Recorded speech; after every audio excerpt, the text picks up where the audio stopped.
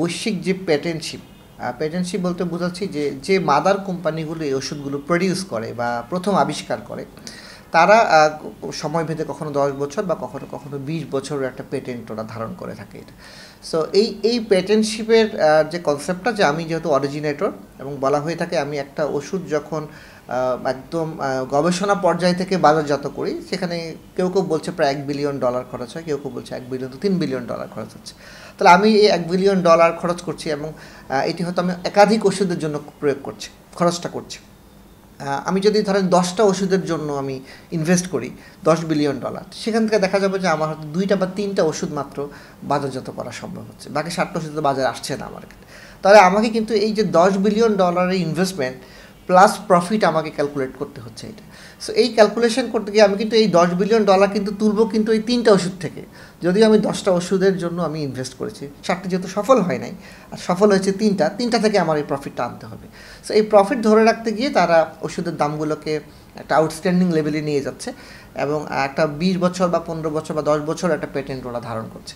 তো সুবিধা হচ্ছে যে আমাদের অনুন্নত দেশগুলোতে আমরা এই প্যাটেন্টটা আমরা ফ্রি পাচ্ছি, অর্থাৎ আমরা আসলে এই প্যাটেন্টের আওতায় পড়ছি না।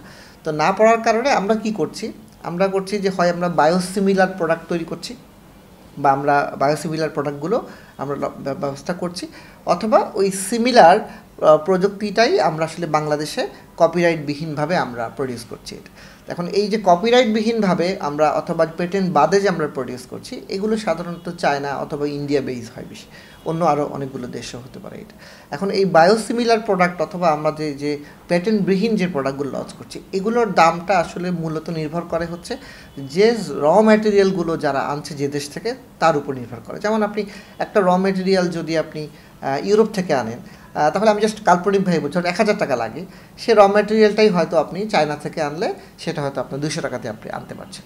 তাহলে এখন এই ওষুধের দাম ওই পার্টিকুলার কোনো কোম্পানি হয়তো চায়না থেকে এনে সুইজারল্যান্ড বলছে কিনা এবং দামটা সেভাবে অ্যাডজাস্ট করছে কিনা, সেটা আসলে ডিজিডিআর দেখার দায়িত্ব।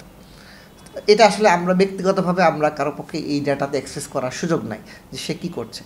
আর সোর্সিং করার পরেও ডলারের রেট বাড়া, সেখানে একটা ইফেক্ট থাকতে পারে। এবং বাংলাদেশে আসার পর তারা আসলে উৎপাদনে কতটুকু খরচ করছে এবং তারা বিভিন্নভাবে অ্যাডভার্টাইজমেন্ট বা তাদের প্রমোশনে কতটুকু খরচ করছে, তার কত অংশ অ্যাড হচ্ছে আর কত অংশ প্রফিট মার্জিন রাখছে, এটা কিন্তু আলটিমেটলি আমাদের কারো জানা নেই।